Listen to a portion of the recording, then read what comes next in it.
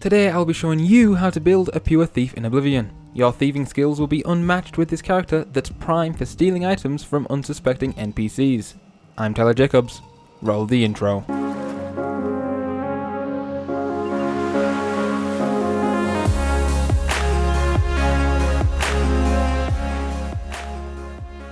In Oblivion, you have the ability to design and build a character however you desire, and today we'll be focusing on a build guide for a pure thief. This is a build I've had recommended to me. If you have a build idea and want to be featured in a video, post your recommendations in the comments below.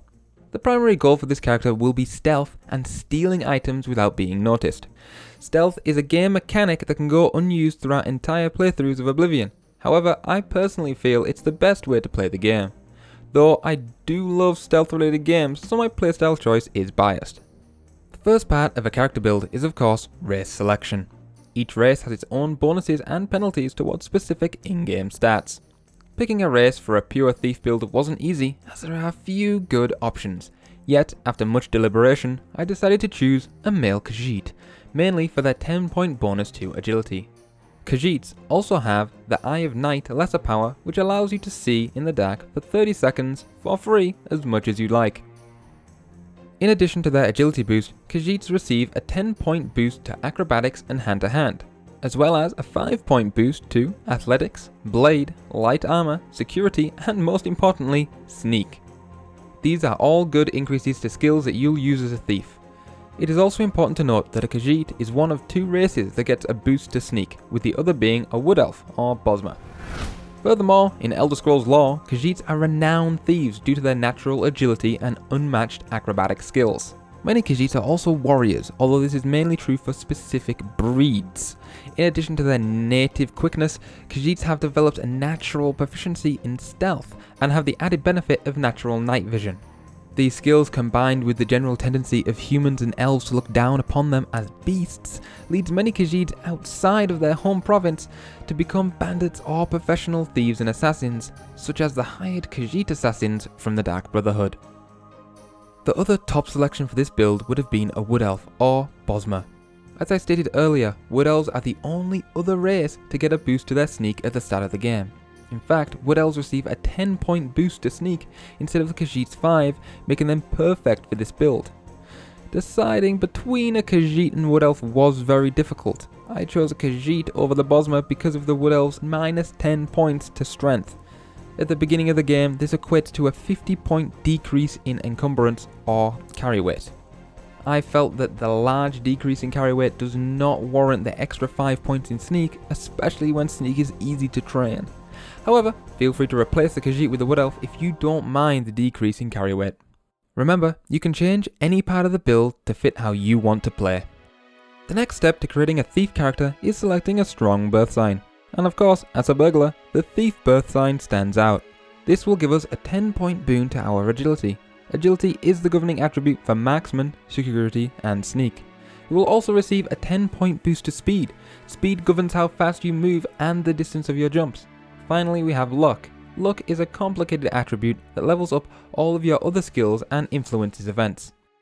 If you are unsure which Birthsign to select, you can watch my video on Birthsigns here. It explains each Birthsign in detail.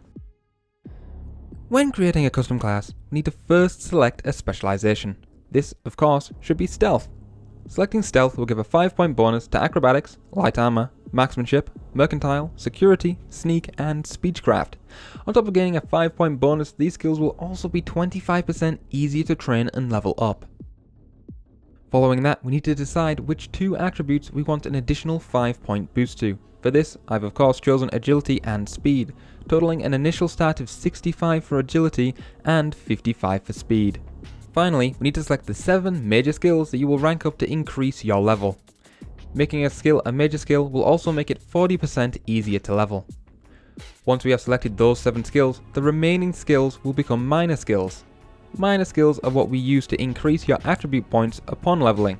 If you want to increase your attribute points by 5 when leveling, we need to level up the attribute's minor skills 10 times. This is efficient leveling. I'll try to keep it simple and give an easy way for you to casually improve your Oblivion leveling. For your 7 major skills, you should select skills that won't be used regularly. This allows you to naturally increase the amount your attributes will level. Optimally, you should select one major skill from each attribute. This will make them easier to level. So for this reason, the skills you select will be ones a thief doesn't usually use. The 7 major skills we'll be choosing will be Blunt for the Strength attribute, Armorer for the Endurance attribute, Light Armor for Speed, Marksmanship for Agility, Speechcraft for Personality, Conjuration for Intelligence, and Destruction for Willpower. As I stated earlier, these skills may seem out of place for a thief, but it will allow you to level your attributes significantly faster.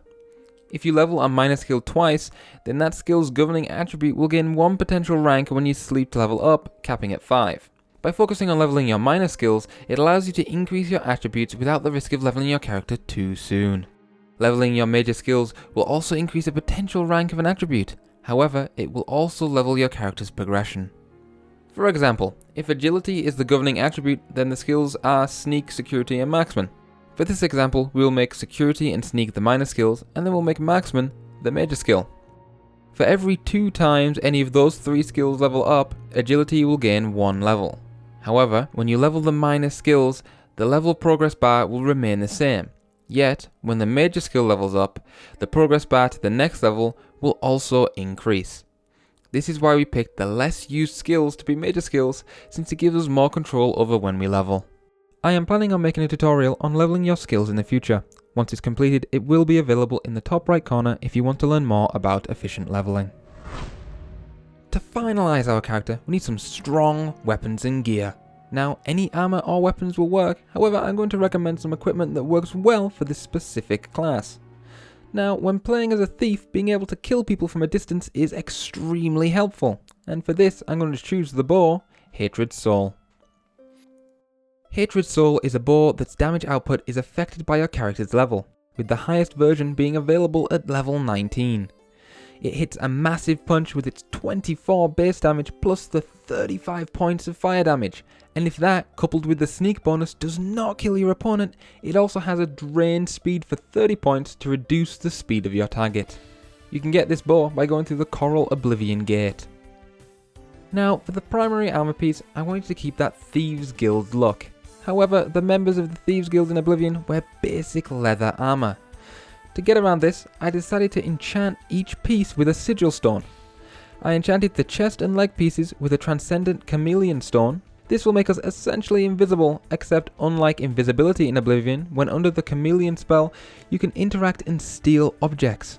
Enchanting 2 pieces will give us a 60% chameleon value. For the boots, I used a transcendent fortified speed stone to give us a quicker step, allowing for faster movement. And for the gauntlets, I enchanted it with a transcendent featherstone to increase our carry weight.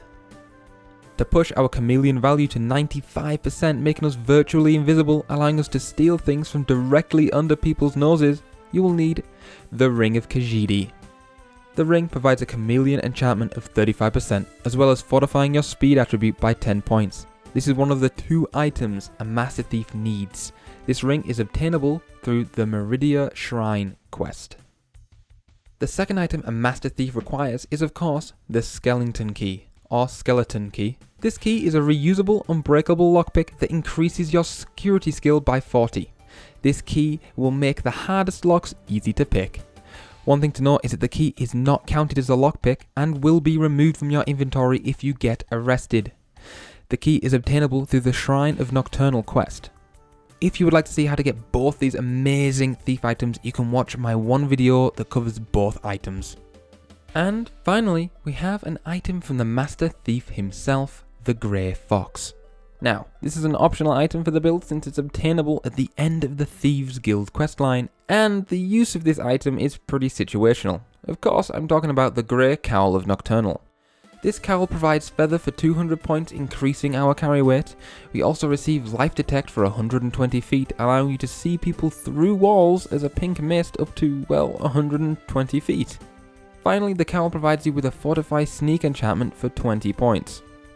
The cowl is an outstanding item for every thief, as I'm sure you're already aware. However, I classed it as an optional item because of the permanent bounty you get for wearing it. This was my build guide for a pure thief. This was the most requested video since my pure mage guide, so I knew I had to make another one. If you enjoyed them, please leave a like and subscribe for more RPG content just like this. And if you want to contact me directly or get more information on my videos, you can also follow me on Twitter at Mythic Dwellers. Anyways, thanks for watching, and remember, bless Paku.